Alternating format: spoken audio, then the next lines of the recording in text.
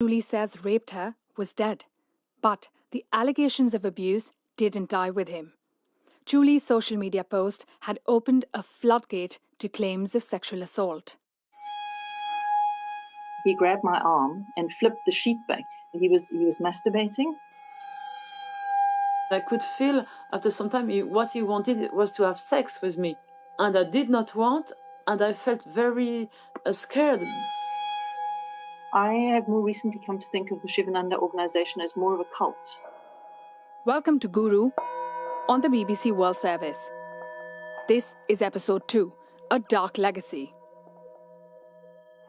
Now, I often tell people that 2 things that changed my life are yoga and getting married. I was 22 and going through a very challenging time emotionally when I found yoga. And it gave me peace, a strange strength to conquer my fears. I found yoga when I needed it the most, just like Wendy Freeman. A lot of things changed in my life in 2003, and I was planning to get divorced and was between jobs. And I mentioned to the people at the centre in London, who I'd become fairly close to, I was going to quite regular classes, that I was planning to travel in India. And they suggested to me that I do the yoga teachers training at one of the ashrams in India if I was going to be there. So I signed up for that, and I ended up doing a yoga teachers training course at the ashram in Dhanvantari ashram in Kerala. The Dhanvantari ashram in Kerala. That's the place where I did my course too. And words do really fall short to describe that place. It was fabulous. I loved the yoga. I loved being in the ashram. So it changed my life. It really changed my life. I was totally dedicated to being a karma yogi in the Karma yogi, meaning volunteer. And seeing myself being there for a very long time, if it was feasible, and possibly for the rest of my life, yeah. What changed that, Wendy? Well, there was an incident. There were a few warnings and a few things happened that I didn't like, but then there was an incident that actually affected me. And that changed my whole perspective of what was actually going on under the covers as such, or behind the scenes in the whole school, across the globe, really. So in 2006, I was asked by a friend of mine who had a fairly senior volunteer role. She was the assistant to one of the senior teachers who was known in the school as Swami Mahadevananda. His normal name is Maurizio Finocchi. Okay, let me tell you about Maurizio Finocchi, or Swami Mahadevananda.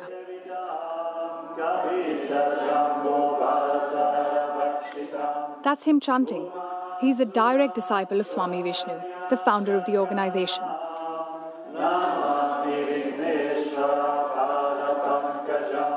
So Mahadevananda was a senior staff member, and at the time, he was based at the ashram in Canada, which is where Wendy met him, and she became his assistant.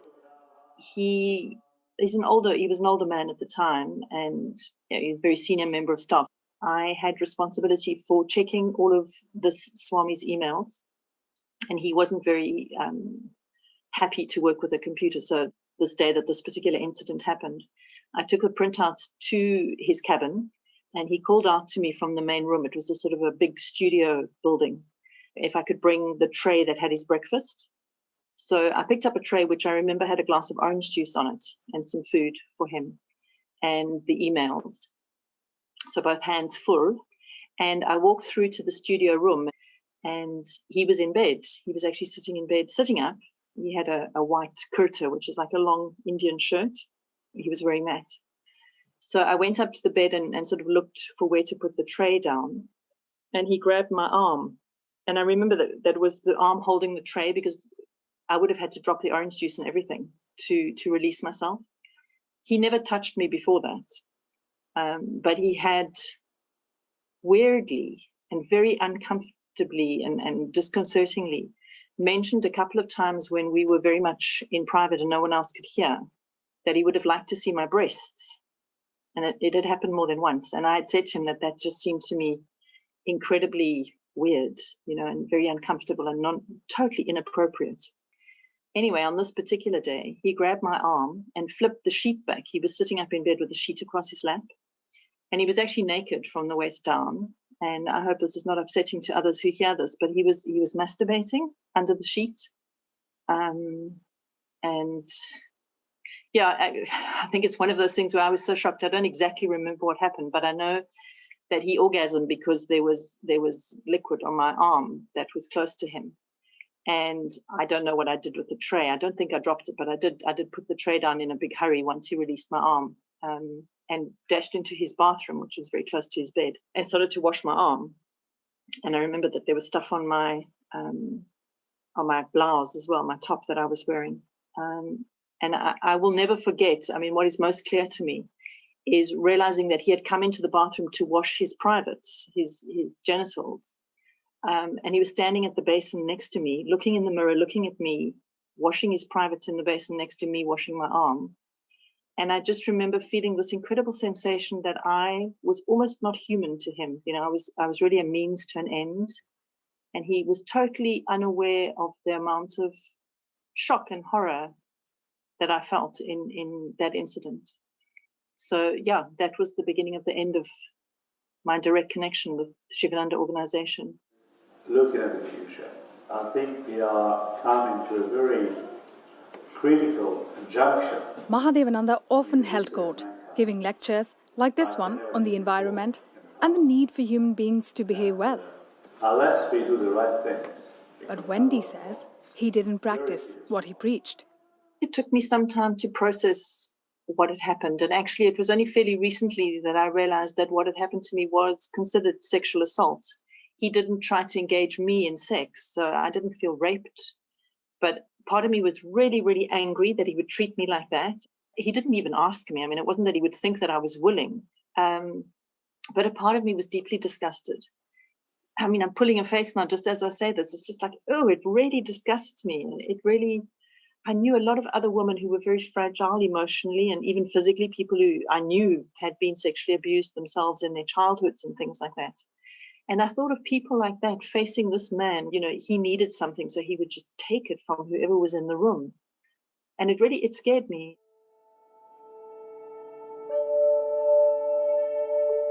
And Wendy was right to be concerned.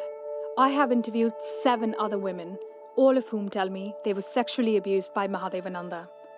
It was common knowledge, they told me, that he liked walking around naked, groping women, making inappropriate comments about the size and shape of their breasts, and then, yes, even ejaculating on them. Out of the 7 survivors, another former Shivananda staffer I spoke to agreed to go on record. I'm changing her name to protect her identity and calling her Prerna. Well, it was maybe 2002 or 2003. In the winter, I was doing reception duty, answering phone calls and emails. And one day, one phone call was for him. I had to go to his room and I would deliver in a piece of paper the written message. And when I leaned back toward him to give his message, he stretched out his arm and grabbed my breast. And I was just shocked, like, wow, he's the Swami, he's the leading Swami of the ashram, and he just wants to touch my body, and I felt really bad. And I lost all respect, like, how can he behave like that? It would be 10 years before Mahadevananda was made to retire. Yeah, made to. And we'll come back to that in episode 3. But here, I should also tell you that in a recent email seen by the BBC, he apologized for his misdeeds, as he called them, and he promised to, quote, endeavor not to do it again. Here's Wendy.